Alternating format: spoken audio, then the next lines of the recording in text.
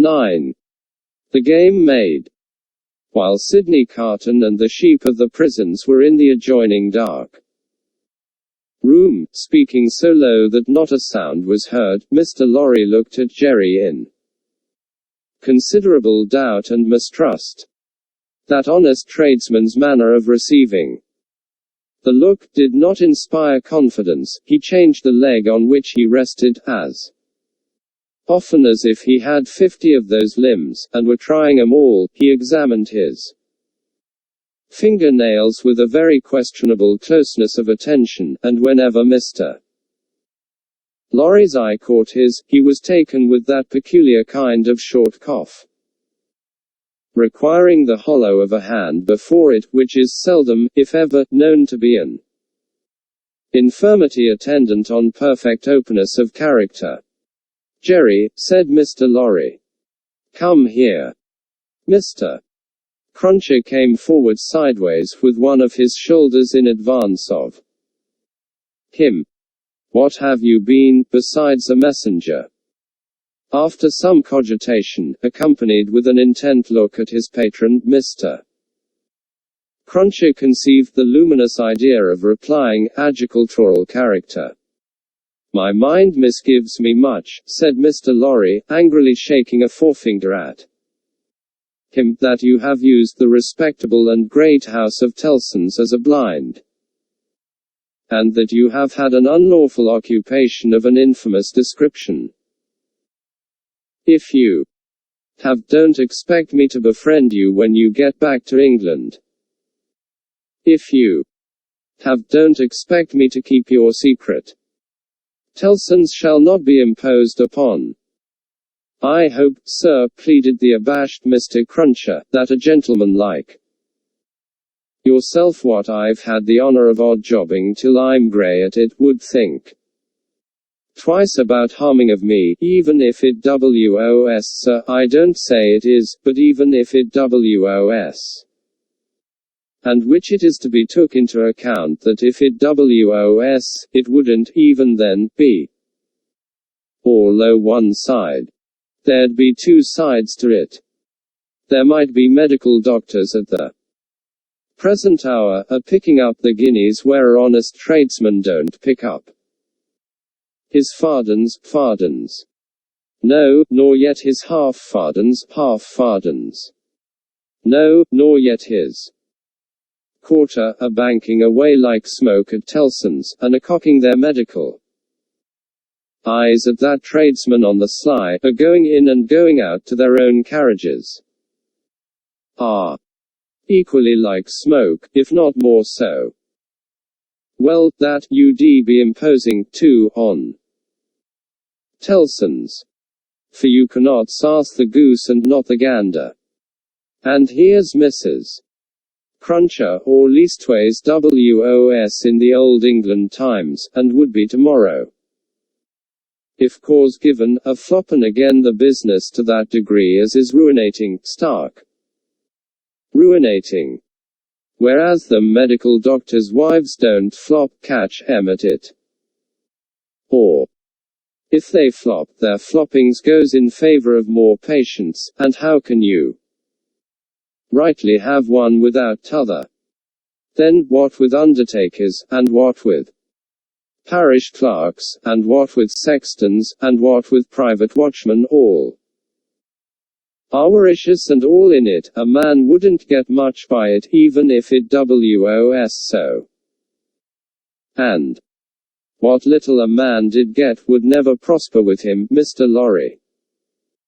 He'd never have no good of it. He'd want all along to be out of the line, if he could see his way out being once in, even if it was so. Ugh! Cried Mr. Lorry, rather relenting. "Nevertheless, I am shocked at the sight of you. Now, what I would humbly offer to you, sir," pursued Mr. Cruncher, "even if it was, sir, which I don't say it is." "Don't prevaricate," said Mr. Lorry. "No, I will not, sir," returned Mr. Crunchers, as if nothing were further from his thoughts or practice, which I don't say it is, what I would humbly offer to you, sir, would be this. Upon that there stool, at that there bar, sets that there boy of mine, brought up and growed up to be a man, what will errand you, message you, general light job you, till your heels is where your head is, if such should be your wishes. If it was, sir, which I still don't say it is, for I will not prevaricate to you, sir, let that there boy keep his father's place, and take care of his mother. Don't blow upon that boy's father, do not do it, sir, and let that father go into the line of the regular Dicken, and make amends for what he would have undug.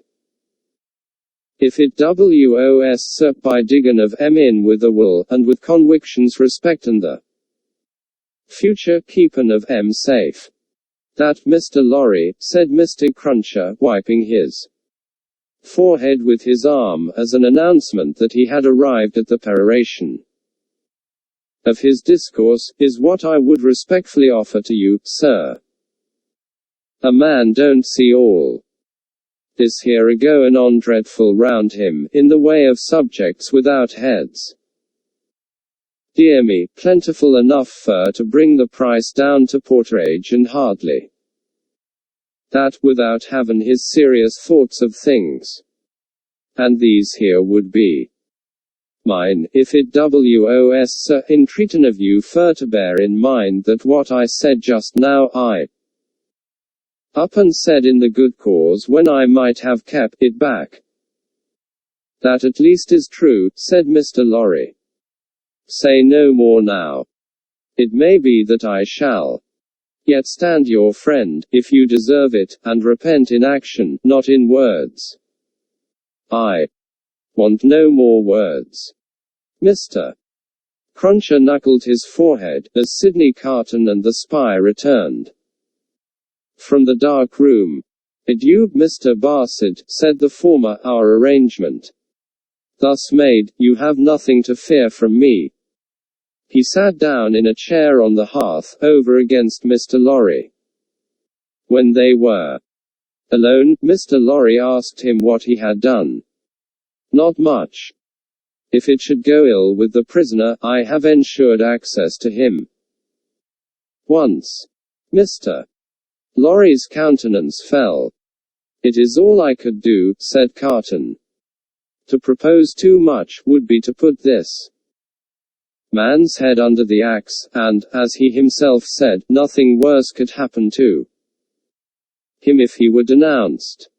It was obviously the weakness of the position.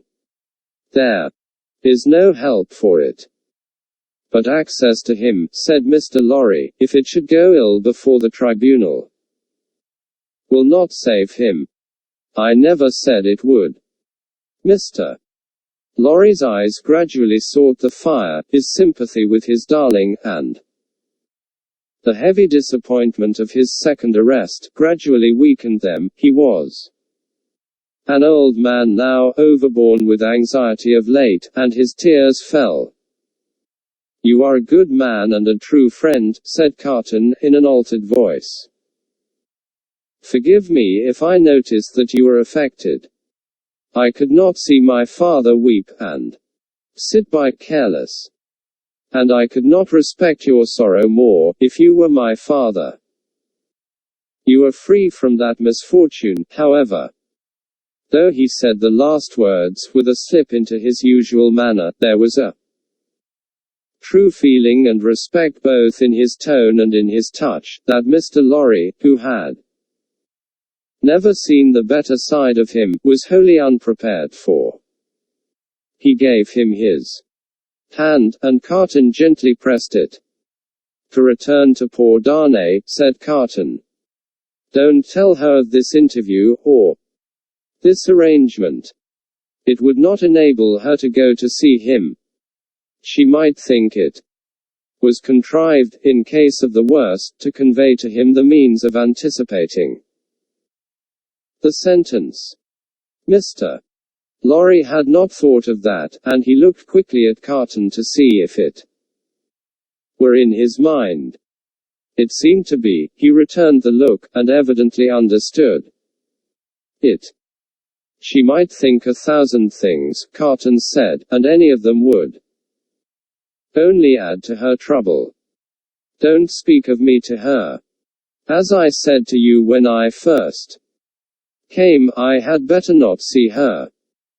I can put my hand out to do any little helpful work for her that my hand can find to do. Without that, you are going to her, I hope. She must be very desolate tonight. I am going now, directly. I am glad of that. She has such a strong attachment to you and reliance on you. How does she look? Anxious and unhappy, but very beautiful. Ah. It was a long, grieving sound, like a sigh, almost like a sob. It attracted Mr. Lorry's eyes to Carton's face, which was turned to the fire. A light, or a shade. The old gentleman could not have said which passed from it as swiftly as a change will sweep over a hillside on a wild bright day, and he lifted his foot to put back one of the little flaming logs, which was tumbling forward. He wore the white riding coat and top boots, then in vogue, and the light of the fire touching their light surfaces made him look very pale, with his long brown hair, all untrimmed, hanging loose about him. His indifference to fire was sufficiently remarkable to elicit a word of remonstrance from Mr. Lorry. His boot was still upon the hot embers of the flaming log, when it had broken under the weight of his foot. I forgot it, he said. Mr. Lorry's eyes were again attracted to his face, taking note of the wasted air, which clouded the naturally handsome features, and having the expression of prisoners' faces fresh in his mind, he was strongly reminded of that expression. And your duties here have drawn to an end, sir, said Carton, turning to him. Yes. As I was telling you last night when Lucy came in so unexpectedly, I have at length done all that I can do here. I hope to have left them in perfect safety, and then to have quitted Paris. I have my leave to pass. I was ready to go. They were both silent. Yours is a long life to look back upon, sir, said Carton, wistfully. I am in my 78th year. You have been useful all your life, steadily and constantly occupied, trusted, respected, and looked up to. I have been a man of business, ever since I have been a man. Indeed, I may say that I was a man of business when a boy. See what a place you fill at 78. How many people will miss you when you leave it empty? A solitary old bachelor, answered Mr. Lorry, shaking his head. There is nobody to weep for me. How can you say that? Wouldn't she weep for you? Wouldn't her child? Yes, yes, thank God. I didn't quite mean what I said. It is a thing to thank God for, is it not? Surely, surely. If you could say with truth to your own solitary heart, tonight I have secured to myself the love and attachment, the gratitude or respect, of no human creature, I have won myself a tender place in no regard, I have done nothing good or serviceable to be remembered by. Your 78 years would be 78 heavy curses, would they not? You say truly, Mr. Carton, I think they would be. Sidney turned his eyes again upon the fire, and, after a silence of a few moments, said, I should like to ask you, does your childhood seem far off? Do the days when you sat at your mother's knee seem days of very long ago? Responding to his softened manner, Mr. Lorry answered, 20 years back, yes, at this time of my life, no. For, as I draw closer and closer to the end, I travel in the circle, nearer and nearer to the beginning. It seems to be one of the kind smoothings and preparings of the way. My heart is touched now by many remembrances that had long fallen asleep, of my pretty young mother, and I so old, and by many associations of the days when what we call the world was not so real with me, and my faults were not confirmed in me. I understand the feeling, exclaimed Carton, with a bright flush. And you are the better for it. I hope so. Carton terminated the conversation here, by rising to help him on with his outer coat. But you, said Mr. Lorry, reverting to the theme, you are young. Yes, said Carton.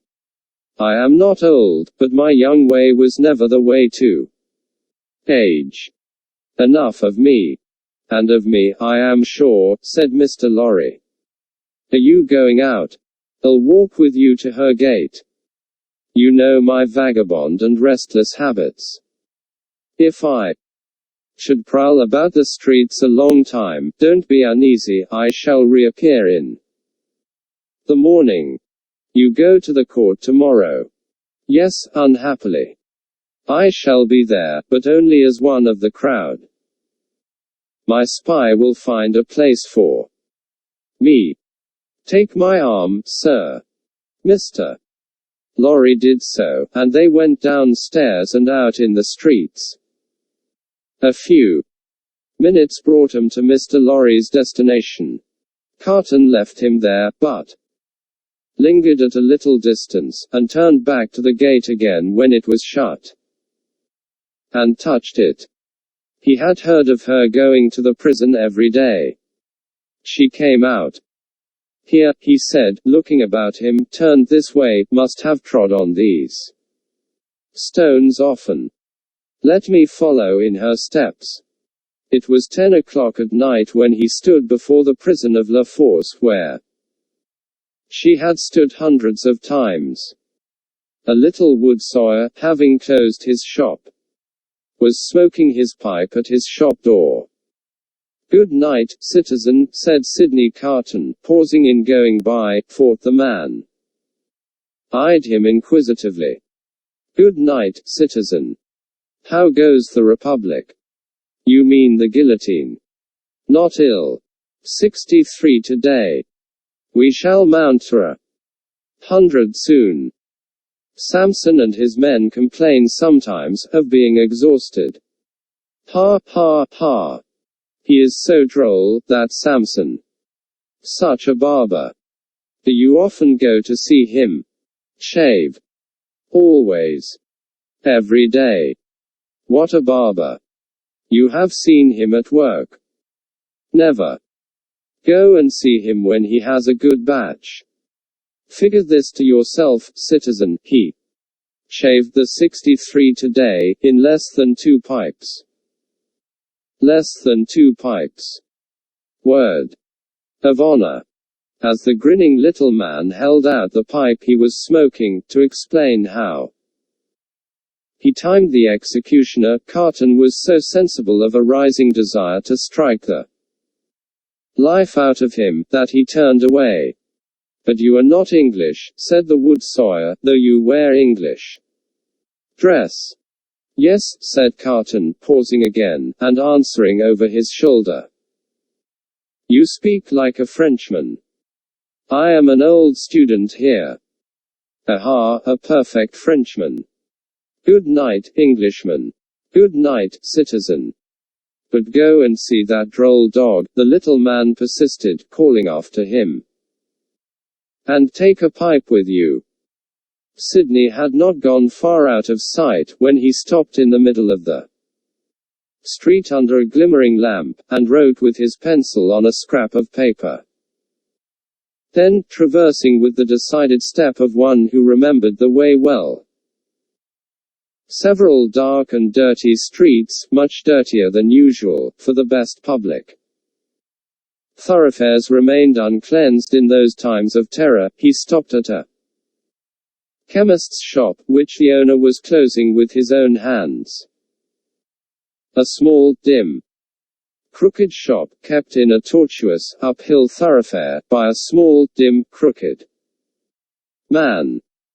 Giving this citizen good night, as he confronted him at his counter, he laid the scrap of paper before him. Phew! The chemist whistled softly, as he read it. Hi! Hi! Hi! Sidney Carton took no heed, and the chemist said, "For you, citizen. For me. You will be careful to keep them separate, citizen. You know the consequences of mixing them perfectly." Certain small packets were made and given to him. He put them, one by one, in the breast of his inner coat, counted out the money for them, and deliberately left the shop.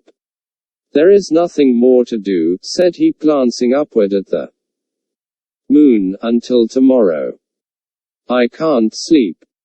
It was not a reckless manner, the manner in which he said these words aloud, under the fast-sailing clouds, nor was it more expressive of negligence than defiance.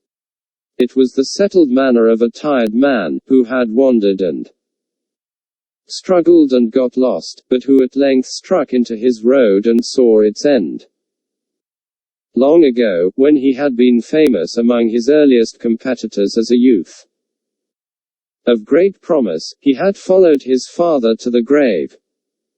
His mother had died years before. These solemn words, which had been read at his father's grave, arose in his mind as he went down the dark streets, among the heavy shadows, with the moon and the clouds sailing on high above him. "I am the resurrection and the life, saith the Lord. He that believeth in me, though he were dead, yet shall he live, and whosoever liveth and believeth in me, shall never die." In a city dominated by the axe, alone at night, with natural sorrow rising in him for the 63 who had been that day put to death, and for tomorrow's victims then awaiting the doom in the prisons, and still of tomorrows and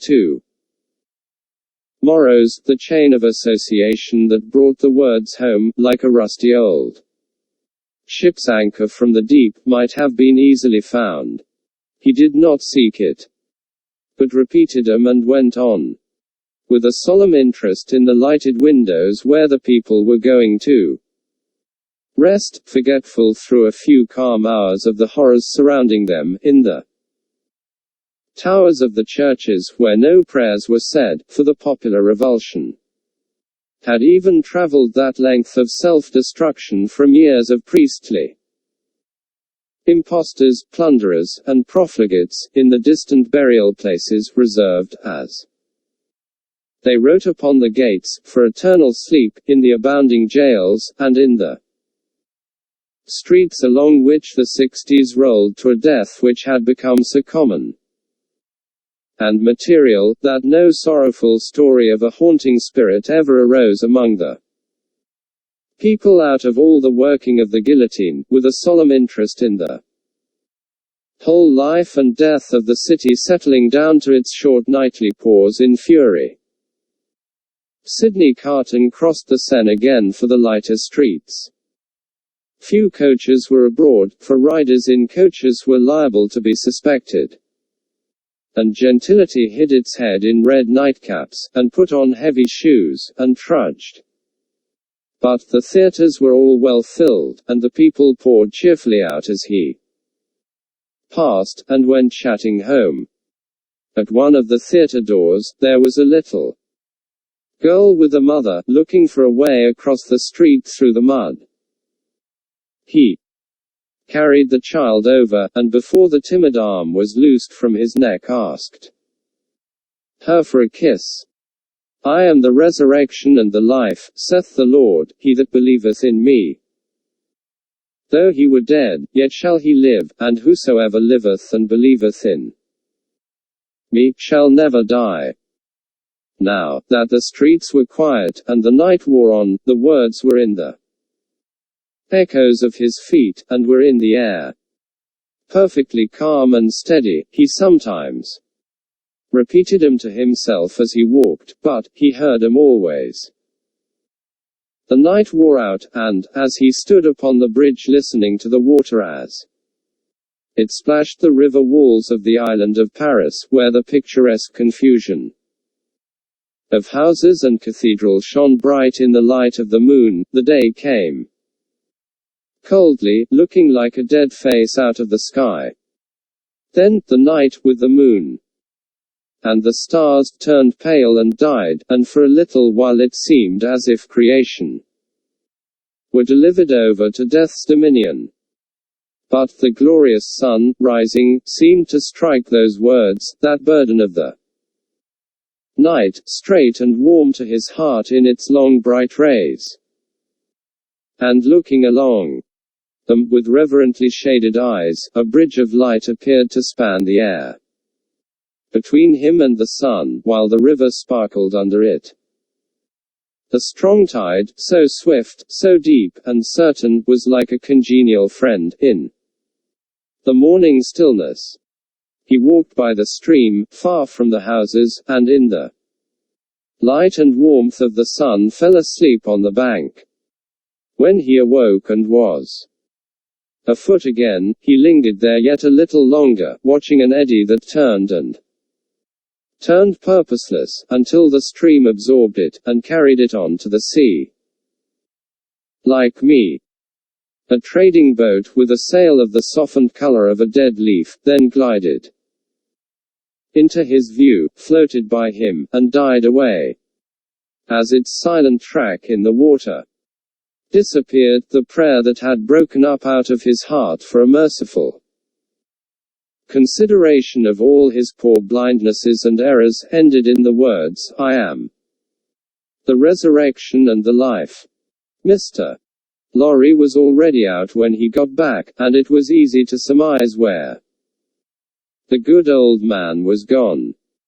Sidney Carton drank nothing but a little coffee, ate some bread, and, having washed and changed to refresh himself, went out to the place of trial.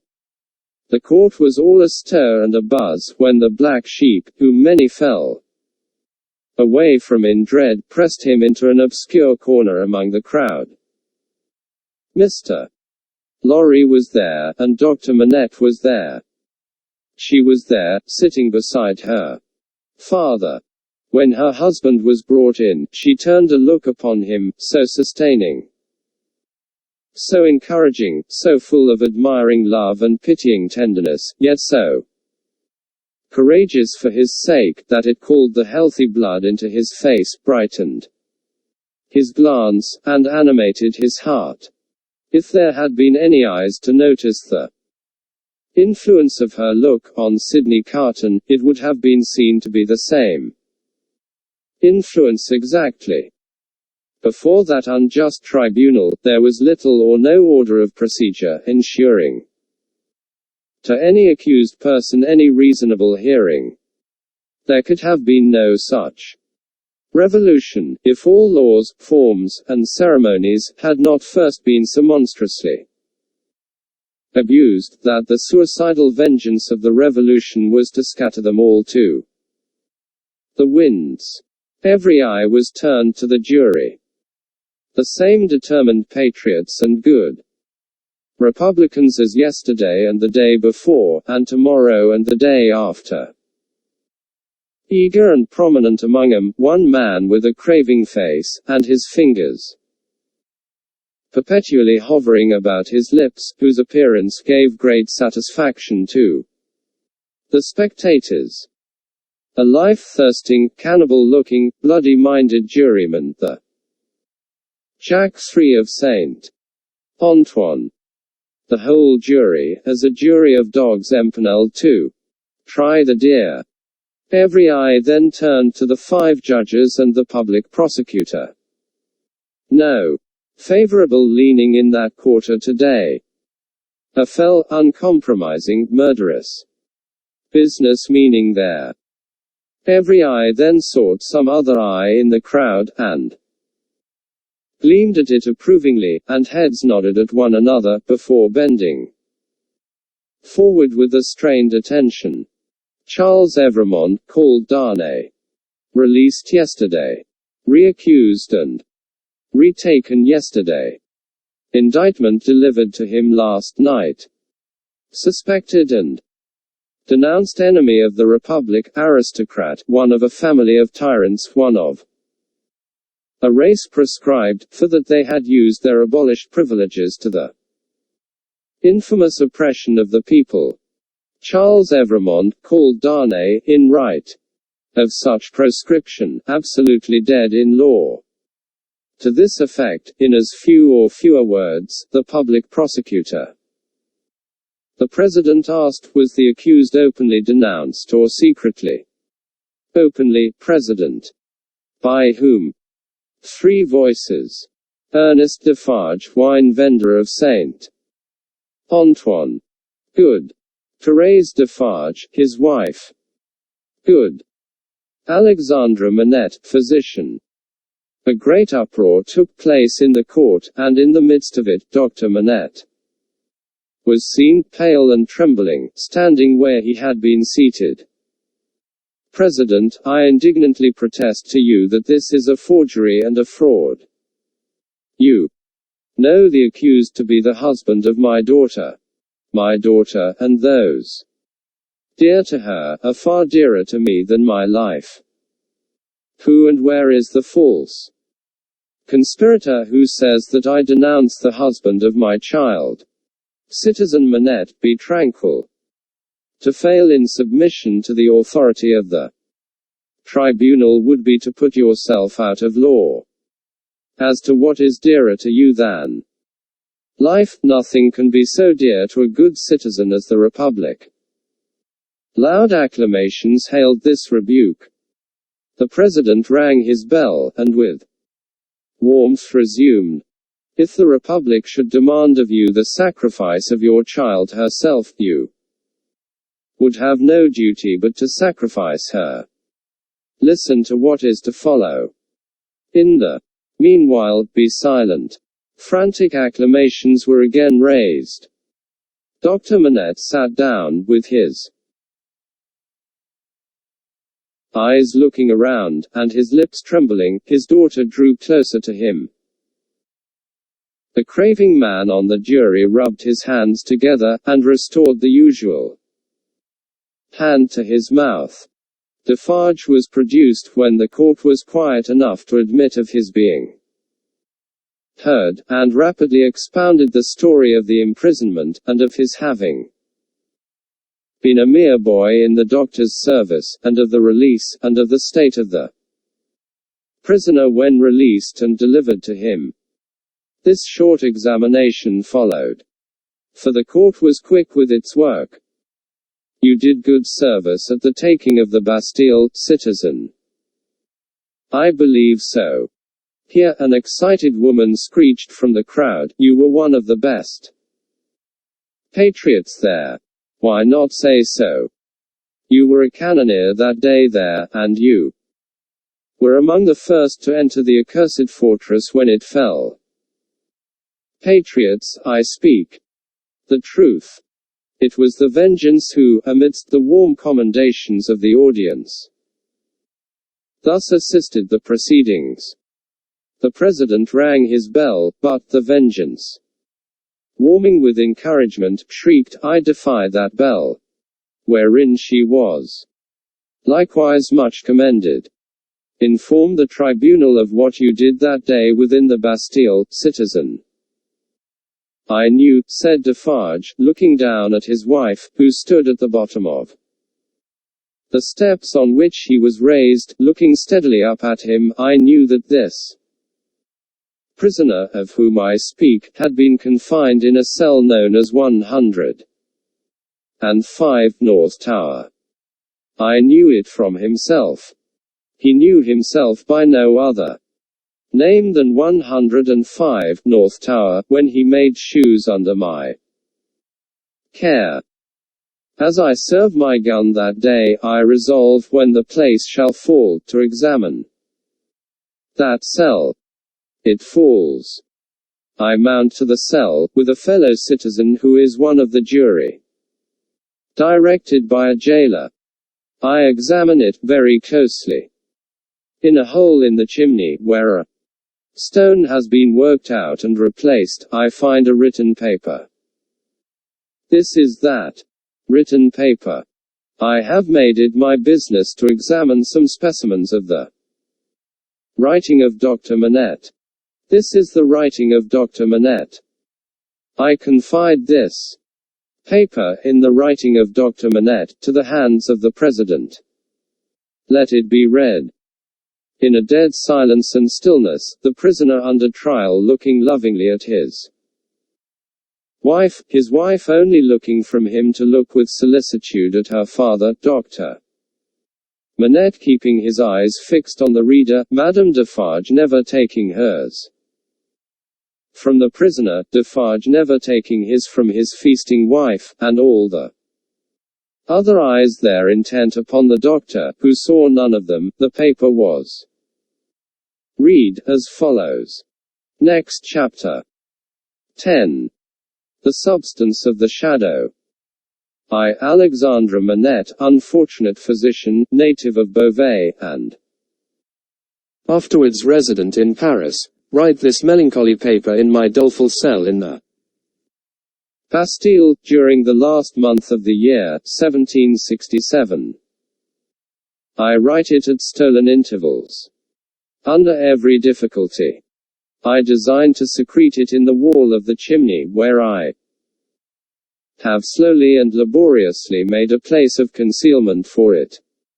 Some pitying hand may find it there, when I and my sorrows are dust. These words are formed by the rusty iron point with which I write with difficulty in scrapings of soot and charcoal from the chimney, mixed with blood.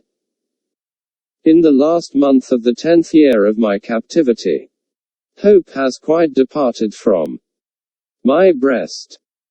I know from terrible warnings I have noted in myself that my reason will not long remain unimpaired, but I solemnly declare that I am at this time in the possession of my right mind, that my memory is exact and circumstantial, and that I write the truth as I shall answer for these, my last recorded words, whether they be ever read by men or not, at the eternal judgment seat.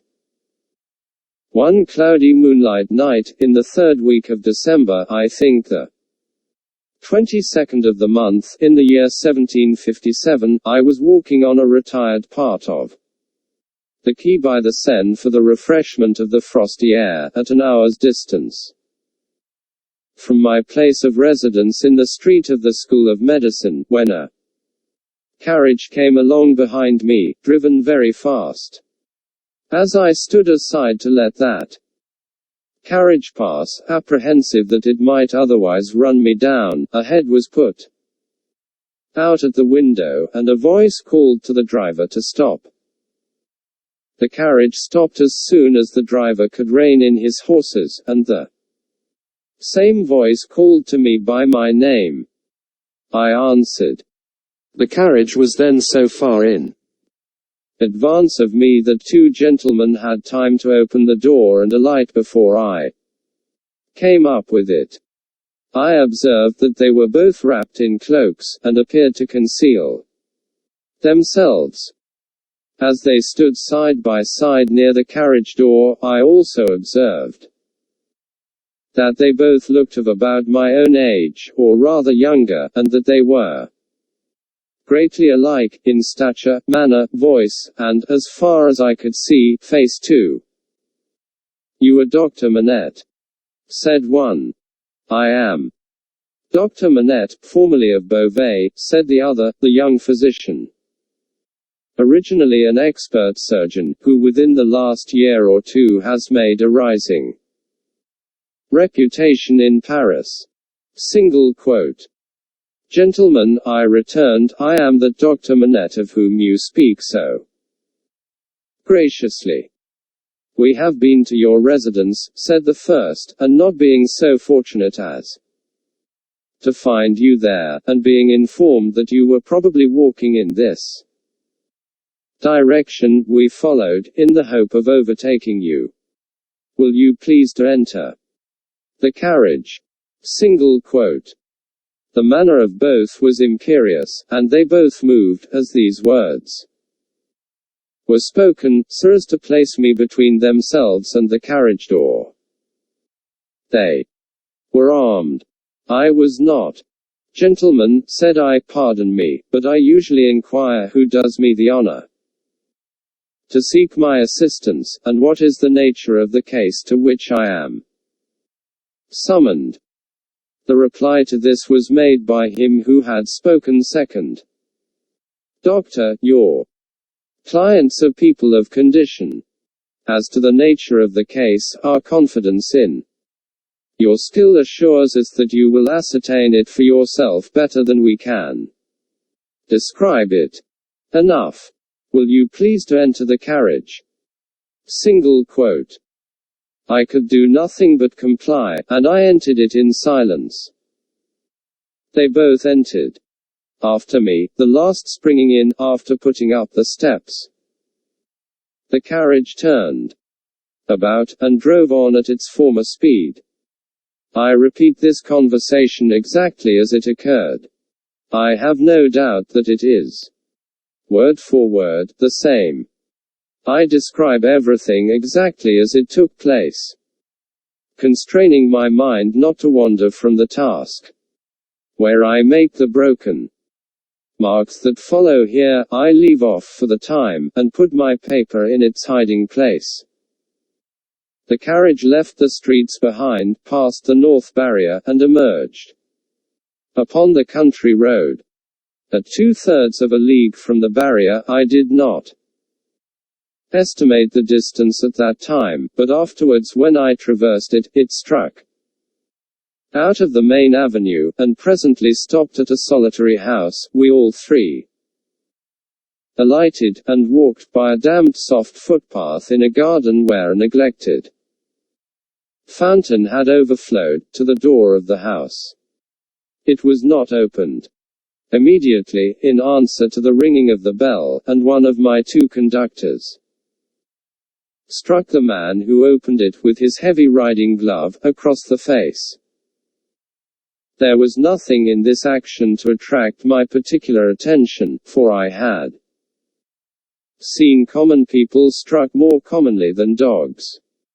But the other of the two, being angry likewise, struck the man in like manner with his arm. The look and bearing of the brothers were then so exactly alike, that I then first perceived them to be twin brothers.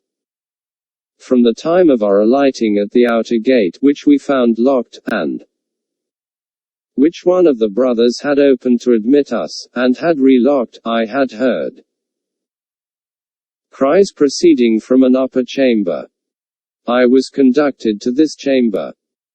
Straight, the cries growing louder as we ascended the stairs, and I found a patient in a high fever of the brain, lying on a bed. The patient was a woman of great beauty, and young, assuredly not much past 20. Her hair was torn and ragged, and her arms were bound to her sides with sashes and handkerchiefs. I noticed that these bonds were all portions of a gentleman's dress. On one of them, which was a fringed scarf for a dress of ceremony, I saw the armorial bearings of a noble, and the letter E. I saw this within the first minute of my contemplation of the patient, for, in her restless strivings she had turned over on her face on the edge of the bed, had drawn the end of the scarf into her mouth, and was in danger of suffocation. My first act was to put out my hand to relieve her breathing, and in moving the scarf, aside, the embroidery in the corner caught my sight. I turned her gently over, placed my hands upon her breast to calm her and keep her down, and looked into her face. Her eyes were dilated and wild, and she constantly uttered piercing shrieks, and repeated the words, "My husband, my father, and my brother," and then counted up to 12, and said, "Hush." For an instant, and no more, she would pause to listen, and then the piercing shrieks would begin again, and she would repeat the cry, "My husband, my father, and my brother," and would count up to 12, and say, "Hush." There was no variation in the order, or the manner. There was no cessation, but the regular moment's pause, in the utterance of these sounds. "How long," I asked, "has this lasted?" Single quote. "To distinguish the brothers, I will call them the elder and the younger. By the elder, I mean him who exercised the most authority." It was the elder who replied, "Since about this hour last night, she has a husband, a father, and a brother." Single quote. "A brother. I do not address her brother." Single quote. He answered with great contempt, "No. She has some recent association with the number 12. Single quote. The younger brother impatiently rejoined, "With 12 o'clock. Single quote. "See, gentlemen," said I, still keeping my hands upon her breast, "how useless I am, as you have brought me. If I had known what I was coming to see, I could have come provided. As it is, time must be lost. There are no medicines to be obtained in this lonely place." The elder brother looked to the younger, who said haughtily, "There is a case of medicines here," and brought it from a closet, and put it on the table. I opened some of the bottles, smelt them, and put the stoppers to my lips. If I had wanted to use anything save narcotic medicines that were poisons in themselves, I would not have administered any of those. "Do you doubt them?" asked the younger brother. "You see, monsieur, I am going to use them," I replied, and said no more. I made the patient swallow, with great difficulty, and after many efforts, the dose that I desired to give. As I intended to repeat it after a while, and as it was necessary to watch its influence, I then sat down by the side of the bed. There was a timid and suppressed woman in attendance, wife of the man downstairs, who had retreated into a corner. The house was damp and decayed, indifferently furnished, evidently recently occupied and temporarily used. Some thick old hangings had been nailed up before the windows, to deaden the sound of the shrieks. They continued to be uttered in their regular succession, with the cry, "My husband, my father, and my brother," the counting up to 12, and "Hush." Single quote. The frenzy was so violent, that I had not unfastened the bandages restraining the arms, but I had looked to them, to see that they were not painful. The only spark of encouragement in the case was, that my hand upon the sufferer's breast had this much soothing influence, that for minutes at a time it tranquilized the figure. It had no effect upon the cries. No pendulum could be more regular. For the reason that my hand had this effect, I assume I had sat by the side of the bed for half an hour, with the two brothers looking on, before the elder said, "There is another patient." I was startled, and asked, "Is it a pressing case?" Single quote. "You had better see," he carelessly answered, and took up a light. The other patient lay in a back room across a second staircase, which was a species of loft over a stable. There was a low plastered ceiling to a part of it, the rest was open to the ridge of the tiled roof, and there were beams across. Hay and straw were stored in that portion of the place, faggots for firing, and a heap of apples in sand. I had to pass through that part to get at the other. My memory is circumstantial and unshaken. I try it with these details, and I see them all in this. My cell in the Bastille, near the close of the 10th year of my captivity, as I saw them all that night. On some hay on the ground, with a cushion thrown under his head, lay a handsome peasant boy, a boy of not more than 17 at the most.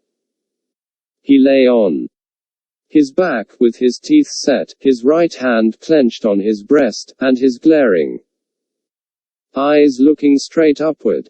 I could not see where his wound was, as I kneeled on one knee over him, but I could see that he was dying of a wound from a sharp point. I am a doctor, my poor fellow, said I. Let me examine it. I do not want it examined, he answered, let it be. It was under his hand, and I soothed him to let me move his hand away. The wound was a sword thrust, received from 20 to 24 hours before. But no skill could have saved him if it had been looked to without delay. He was then dying fast. As I turned my eyes to the elder brother, I saw him looking down at this handsome boy whose life was ebbing out, as if he were a wounded bird, or hare, or rabbit, not at all as if he were a fellow creature. How has this been done, monsieur? Said I. A crazed young common dog, a serf, forced my brother to draw upon him, and has fallen by my brother's sword, like a gentleman. There was no touch of pity, sorrow, or kindred humanity, in this answer. The speaker seemed to acknowledge that it was inconvenient to have that different order of creature dying there, and that it would have been better if he had died in the usual obscure routine of his vermin kind. He was quite incapable of any compassionate feeling about the boy, or about his fate. The boy's eyes had slowly moved to him as he had spoken, and they now slowly moved to me. Doctor, they are very proud, these nobles, but we common dogs are proud too, sometimes. They plunder us, outrage us, beat us, kill us, but we have a little pride left, sometimes. Have you seen her, doctor? Single quote. The shrieks and the cries were audible there, though subdued by the distance. He referred to them, as if she were lying in our presence. I said, I have seen her. She is my sister, doctor. They have had the shameful rights, these nobles, in the modesty and virtue of our sisters, many years, but we have had good girls among us. I know it, and have heard my father say so. She was a good girl. She was betrothed to a good young man, too, a tenant of his. We were all tenants of his, that man's who stands there. The other is his brother, the worst of a bad race. It was with the greatest difficulty that the boy gathered bodily force to speak. But his spirit spoke with a dreadful emphasis. We were so robbed by that man who stands there, as all we common dogs are by those superior beings, taxed by him without mercy, obliged to work for him without pay, obliged to grind our corn at his mill, obliged to feed scores of his tame birds on our wretched crops, and forbidden for our lives to keep a single tame bird of our own, pillaged and plundered to that degree that when we chanced to have a bit of meat, we ate it in fear, with the door barred and the shutters closed, that his people should not see it and take it from us. I say, we were so robbed, and hunted, and were made so poor, that our father told us it was a dreadful thing to bring a child into the world, and that what we should most pray for was that our women might be barren and our miserable race die out. Single quote. I had never before seen the sense of being oppressed, bursting forth like a fire. I had supposed that it must be latent in the people somewhere, but I had never seen it break out, until I saw it in the dying boy. Nevertheless, Doctor, my sister married. He was ailing at that time, poor fellow, and she married her lover, that she might tend and comfort him in our cottage, our dog hut, as that man would call it. She had not been married many weeks, when that man's brother saw her and admired her, and asked that man to lend her to him, for what a husband's among us. He was willing enough, but my sister was good and virtuous, and hated his brother with a hatred as strong as mine. What did the two then, to persuade her husband to use his influence with her to make her willing? Single quote. The boy's eyes, which had been fixed on mine, slowly turned to the looker-on, and I saw in the two faces that all he said was true. The two opposing kinds of pride confronting one another, I can see, even in this Bastille, the gentleman's all negligent indifference, the peasant's all trodden down sentiment, and passionate revenge. You know, Doctor, that it is among the rights of these nobles to harness us common dogs to carts, and drive us. They so harnessed him and drove him. You know that it is among their rights to keep us in the grounds all night, quieting the frogs, in order that the noble's sleep may not be disturbed. They kept him out in the unwholesome mists at night, and ordered him back into his harness in the day. But he was not persuaded. No. Taken out of harness one day at noon, to feed, if he could find food, he sobbed 12 times, once for every stroke of the bell, and died on her bosom. Nothing human could have held life in the boy but his determination to tell all his wrong. He forced back the gathering shadows of death, as he forced his clenched right hand to remain clenched, and to cover his wound. Then, with that man's permission and even with his aid, his brother took her away, in spite of what I know she must have told his brother, and what that is will not be long unknown to you, Doctor. If it is now, his brother took her away for his pleasure and diversion, for a little while.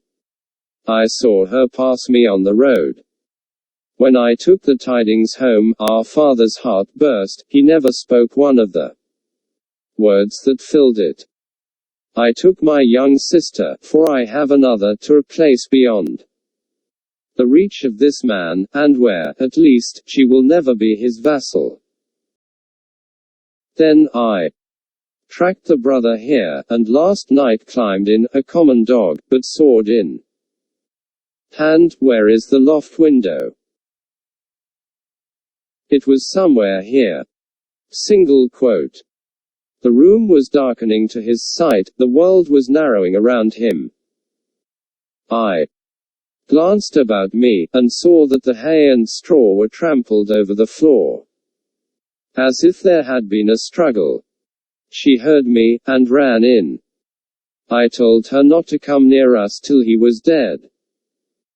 He came in and first tossed me some pieces of money, then struck at me with a whip.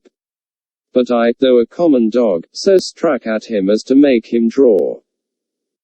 Let him break into as many pieces as he will, the sword that he stained with my common blood, he drew to defend himself, thrust at me with all his skill for his life. My glance had fallen, but a few moments before, on the fragments of a broken sword, lying among the hay. That weapon was a gentleman's. In another place, lay an old sword that seemed to have been a soldier's. Now, lift me up, doctor, lift me up. Where is he? Single quote. He is not here, I said, supporting the boy, and thinking that he referred to the brother. He, proud as these nobles are, he is afraid to see me. Where is the man who was here? Turn my face to him. I did so, raising the boy's head against my knee. But, invested for the moment with extraordinary power, he raised himself completely, obliging me to rise too, or I could not have still supported him. Marquis, said the boy, turned to him with his eyes opened wide, and his right hand raised. In the days when all these things are to be answered for, I summon you and yours, to the last of your bad race, to answer for them. I mark this cross of blood upon you, as a sign that I do it. In the days when all these things are to be answered for, I summon your brother, the worst of the bad race, to answer for them separately. I mark this cross of blood upon him, as a sign that I do it. Twice, he put his hand to the wound in his breast, and with his forefinger drew a cross in the air. He stood for an instant with the finger yet raised, and as it dropped, he dropped with it, and I laid him down dead. When I returned to the bedside of the young woman, I found her raving in precisely the same order of continuity. I knew that this might last for many hours, and that it would probably end in the silence of the grave. I repeated the medicines I had given her, and I sat at the side of the bed until the night was far advanced. She never abated the piercing quality of her shrieks, never stumbled in the distinctness or the order of her words. They were always my husband, my father, and my brother. 1, 2, 3, 4, 5, 6, 7, 8, 9, 10, 11, 12. Hush. Single quote. This lasted 26 hours from the time when I first saw her. I had come and gone twice, and was again sitting by her, when she began to falter. I did what little could be done to assist that opportunity, and by she sank into a lethargy, and lay like the dead. It was as if the wind and rain had lulled at last, after a long and fearful storm. I released her arms, and called the woman to assist me to compose her figure and the dress she had torn. It was then that I knew her condition to be that of one in whom the first expectations of being a mother have arisen, and it was then that I lost the little hope I had had of her. Is she dead? Asked the Marquis, whom I will still describe as the elder brother, coming booted into the room from his horse. Not dead, said I, but like to die. What strength there is in these common bodies, he said, looking down at her with some curiosity. There is prodigious strength, I answered him, in sorrow and despair. He first laughed at my words, and then frowned at them. He moved a chair with his foot near to mine, ordered the woman away, and said in a subdued voice, Doctor, finding my brother in this difficulty with these hinds, I recommended that your aid should be invited. Your reputation is high, and, as a young man with your fortune to make, you are probably mindful of your interest. The things that you see here are things to be seen, and not spoken of. I listened to the patient's breathing, and avoided answering. Do you honor me with your attention, doctor? Single quote. Monsieur, said I, in my profession, the communications of patients are always received in confidence. I was guarded in my answer, for I was troubled in my mind with what I had heard and seen. Her breathing was so difficult to trace, that I carefully tried the pulse and the heart. There was life, and no more. Looking round as I resumed my seat, I found both the brothers intent upon me. I write with so much difficulty, the cold is so severe, I am so fearful of being detected and consigned to an underground cell and total darkness, that I must abridge this narrative. There is no confusion or failure in my memory, it can recall, and could detail, every word that was ever spoken between me and those brothers. She lingered for a week. Towards the last, I could understand some few syllables that she said to me, by placing my ear close to her lips. She asked me where she was, and I told her who I was, and I told her it was in vain that I asked her for her family name. She faintly shook her head upon the pillow, and kept her secret, as the boy had done. I had no opportunity of asking her any question, until I had told the brothers. She was sinking fast, and could not live another day. Until then, though no one was ever presented to her consciousness save the woman and myself, one or other of them had always jealously sat behind the curtain at the head of the bed when I was there. But when it came to that, they seemed careless what communication I might hold with her, as if the thought passed through my mind, I were dying too. I always observed that their pride bitterly resented the younger brothers, as I call him, having crossed swords with a peasant, and that peasant a boy. The only consideration that appeared to affect the mind of either of them was the consideration that this was highly degrading to the family, and was ridiculous. As often as I caught the younger brother's eyes, their expression reminded me that he disliked me deeply, for knowing what I knew from the boy. He was smoother and more polite to me than the elder, but I saw this. I also saw that I was an encumbrance in the mind of the elder, too. My patient died 2 hours before midnight, at a time, by my watch, answering almost to the minute when I had first seen her. I was alone with her when her forlorn young head drooped gently on one side, and all her earthly wrongs and sorrows ended. The brothers were waiting in a room downstairs, impatient to ride away. I had heard them, alone at the bedside, striking their boots with their riding whips, and loitering up and down. At last she is dead, said the elder, when I went in. She is dead, said I. I congratulate you, my brother, were his words as he turned round.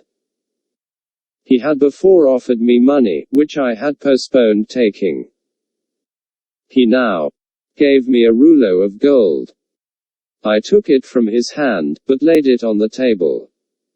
I had considered the question, and had resolved to accept nothing. Pray excuse me, said I. Under the circumstances, no. They exchanged looks, but bent their heads to me as I bent mine to them, and we parted without another word on either side. I am weary, worn down by misery.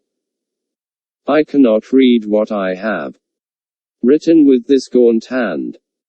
Early in the morning, the rouleau of gold was left at my door in a little box, with my name on the outside. From the first, I had anxiously considered what I ought to do. I decided that day to write privately to the minister, stating the nature of the two cases to which I had been summoned, and the place to which I had gone, in effect, stating all the circumstances. I knew what court influence was, and what the immunities of the nobles were, and I expected that the matter would never be heard of, but I wished to relieve my own mind. I had kept the matter a profound secret, even from my wife, and this, too, I resolved to state in my letter. I had no apprehension whatever of my real danger, but I was conscious that there might be danger for others, if others were compromised by possessing the knowledge that I possessed. I was much engaged that day, and could not complete my letter that night. I rose long before my usual time next morning to finish it. It was the last day of the year. The letter was lying before me just completed, when I was told that a lady waited, who wished to see me. I am growing more and more unequal to the task I have set myself.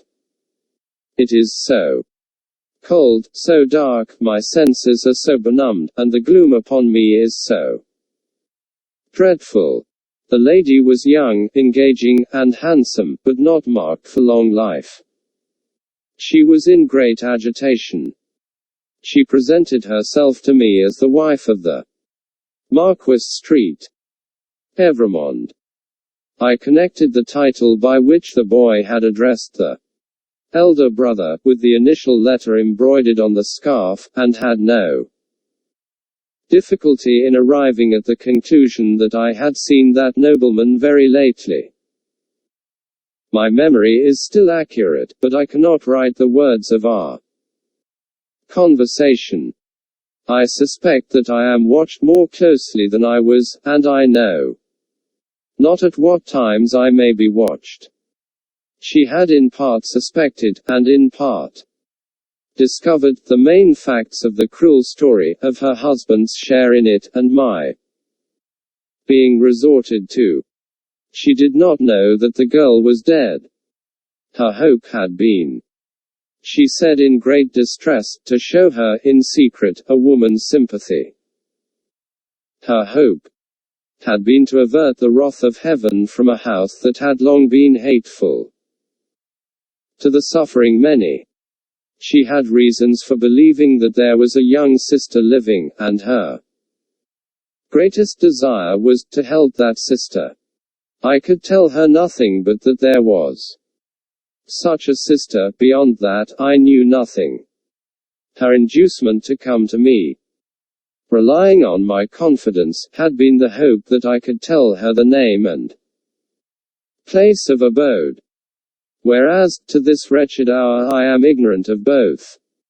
These scraps of paper fail me. One was taken from me, with a warning, yesterday. I must finish my record today. She was a good, compassionate lady, and not happy in her marriage. How could she be? The brother distrusted and disliked her, and his influence was all opposed to her. She stood in dread of him, and in dread of her husband too. When I handed her down to the door, there was a child, a pretty boy from 2 to 3 years old, in her carriage. For his sake, doctor, she said, pointing to him in tears, I would do all I can to make what poor amends I can. He will never prosper in his inheritance. Otherwise, I have a presentiment that if no other innocent atonement is made for this, it will one day be required of him. What I have left to call my own, it is little beyond the worth of a few jewels. I will make it the first charge of his life to bestow, with the compassion and lamenting of his dead mother, on this injured family, if the sister can be discovered. She kissed the boy, and said, caressing him, "It is for thine own dear sake. Thou wilt be faithful, little Charles." The child answered her bravely, "Yes." I kissed her hand, and she took him in her arms, and went away caressing him. I never saw her more. As she had mentioned her husband's name in the faith that I knew it, I added no mention of it to my letter. I sealed my letter, and, not trusting it out of my own hands, delivered it myself that day. That night, the last night of the year, towards 9 o'clock, a man in a black dress rang at my gate, demanded to see me, and softly followed my servant, Ernest Defarge, a youth, upstairs.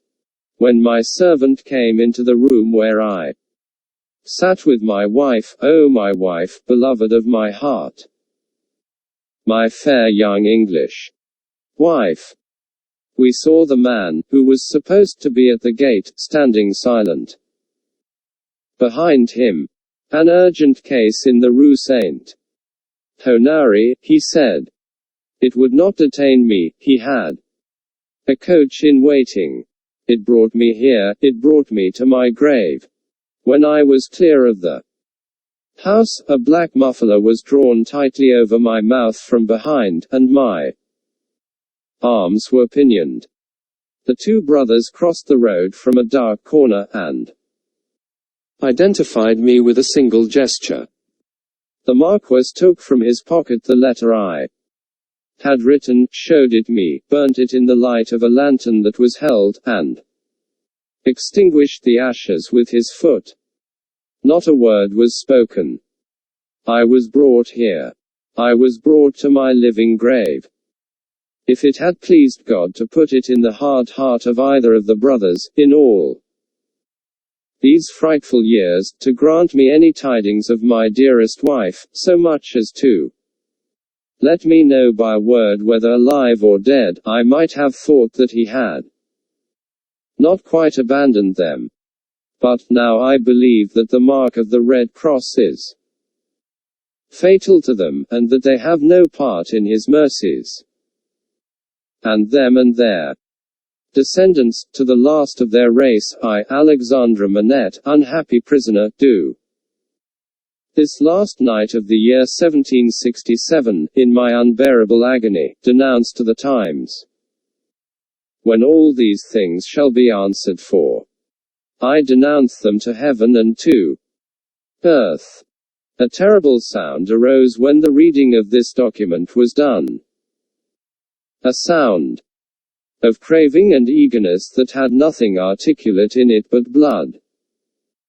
The narrative called up the most revengeful passions of the time, and there was not a head in the nation but must have dropped before it. Little need, in presence of that tribunal and that auditory, to show how the Defarges had not made the paper public, with the other captured Bastille memorials borne in procession, and had kept it, biding their time. Little need to show that this detested family name had long been anathematized by Saint Antoine, and was wrought into the fatal register. The man never trod ground whose virtues and services would have sustained him in that place that day. Against such denunciation, and all the worse for the doomed man, that the denouncer was a well-known citizen, his own attached friend, the father of his wife.